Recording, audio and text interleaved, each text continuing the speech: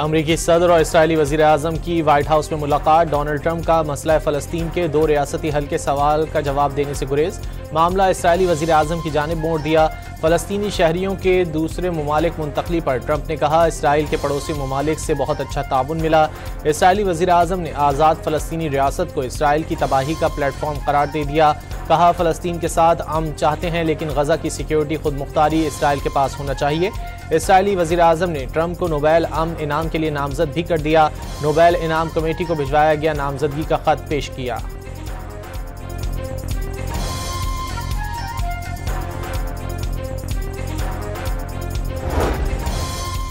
Israel Iran जंग खत्म हो गई। ईरान के साथ मुज़ाकरात का शेड्यूल बनाया है। उम्मीद है ईरान पर एक और हमले की ज़रूरत नहीं पड़ेगी। अमरीकी सदर डोनाल्ड ट्रंप की इसराइली वज़ीर आज़म से मुलाकात के दौरान गुफ्तगू।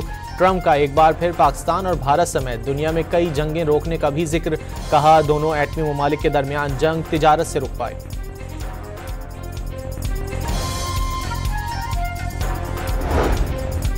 ट्रंप इसराइल को ईरान पर मजीद हमलों की इजाज़त दे सकते हैं। इसराइली हुक्काम का दावा। इसराइली मीडिया के मुताबिक ईरान ने यूरेनियम अफजूदगी शुरू की तो इसराइल फिर हमला करेगा। इसराइली हमले की खबरों के बाद ईरानी फौज को हाई अलर्ट कर दिया गया। ईरानी टीवी के मुताबिक ट्रंप दोबारा हमले के मामले पर इसराइल के साथ दिखाई देते हैं। मुमकिन खतरात पर भरपूर तैयारियां कर लीं। इसराइल ने हमला किया तो जवाबी कार्रवाई पहले से ज़्यादा सख्त होगी। ईरानी फौजी तर्जुमान ने खबरदार कर दिया।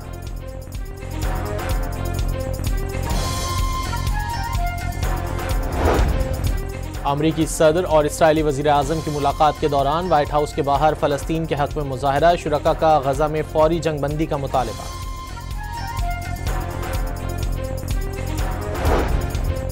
अफ़गान सरजमीन पाकिस्तान के खिलाफ इस्तेमाल हो रही है। अलकायदा, फितना उल खवारिज, TTP और बलोच शिद्दत पसंद अफ़गानिस्तान से सरगर्म हैं। अक़वाम मुत्तहिदा में मुस्तकिल पाकिस्तानी मंदूब आसिम इफ्तिखार का जनरल असम्बली में अफ़गानिस्तान की सूरत हाल पर इजलास से खिताब। अफ़गानिस्तान से जन्म लेने वाली दहशतगर्दी बड़ा चैलेंज करार दे दी। मुतालबा किया यकीनी बनाया जाए अफ़गानिस्तान एक बार फिर दहशतगर्दों की महफूज पनागाह ना बने।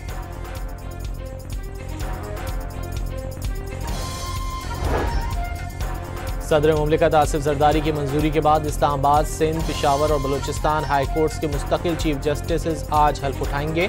तकरीब में आला हुकूमती शख्सियात शिरकत करेंगी।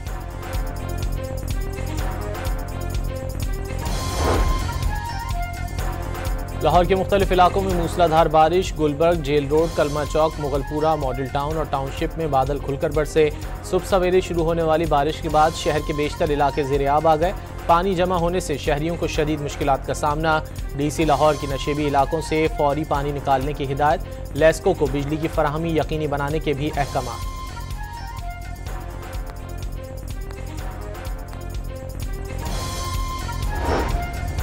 शदीद बारिशों के बाद दरियाए चित्राल में तुगयानी, अरगोच, आयोन और शियाकोटेक में दरिया के ज़मीनी कटाव में तेज़ी। 2 पुल बह गए। मकामी आबादी का शहर चित्राल से ज़मीनी राब्ता मुनक़ता। सवात के मुख्तलिफ इलाकों में वक्फे से बारिश का सिलसिला जारी। मुसलसल बारिशों से दरिया में तुगयानी के इम्कान के पेश नज़र इंतज़ामिया ने हाई अलर्ट जारी कर दिया।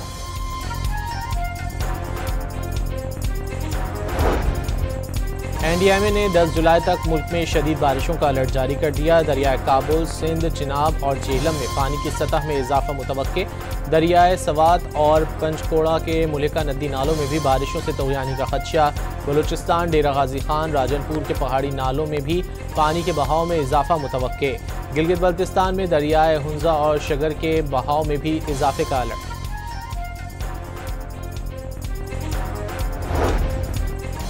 कराची के इलाके शेरशाह गनी चौरंगी के करीब स्क्रैप के गोदाम में आग लग गई। फायर ब्रिगेड अमले ने 6 गाड़ियों की मदद से आग पर काबू पाया। इब्तदाई इत्तलात के मुताबिक आग शॉर्ट सर्किट के बायस लगी। फौरी तौर पर किसी जानी नुकसान की इत्तला नहीं मिली।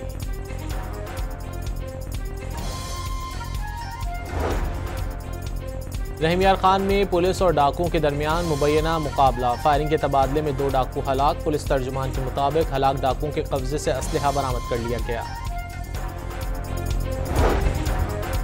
गजा के शुमाली इलाके बैत हुनून में फ़लस्तीनी मज़ाहमतकारों की कार्रवाई में 5 इसराइली फ़ौजी हलाक और 10 फ़ौजी ज़ख्मी हो गए, जबकि 1 फ़ौजी लापता हो गया। इसराइली मीडिया का दावा।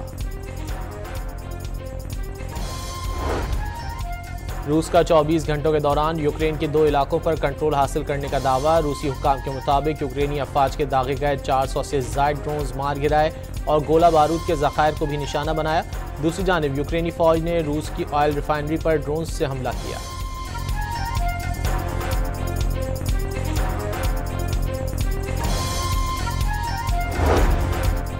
अमरीकी सदर डोनाल्ड ट्रंप का जापान और जनूबी कोरिया समेत मजीद कई ममालिक पर 25 से 40% टैरिफ लगाने का ऐलान।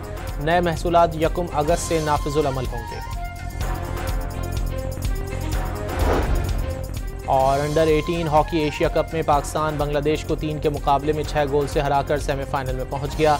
पाकिस्तान अपने पूल का आखिरी मैच कल चीन के खिलाफ खेलेगा।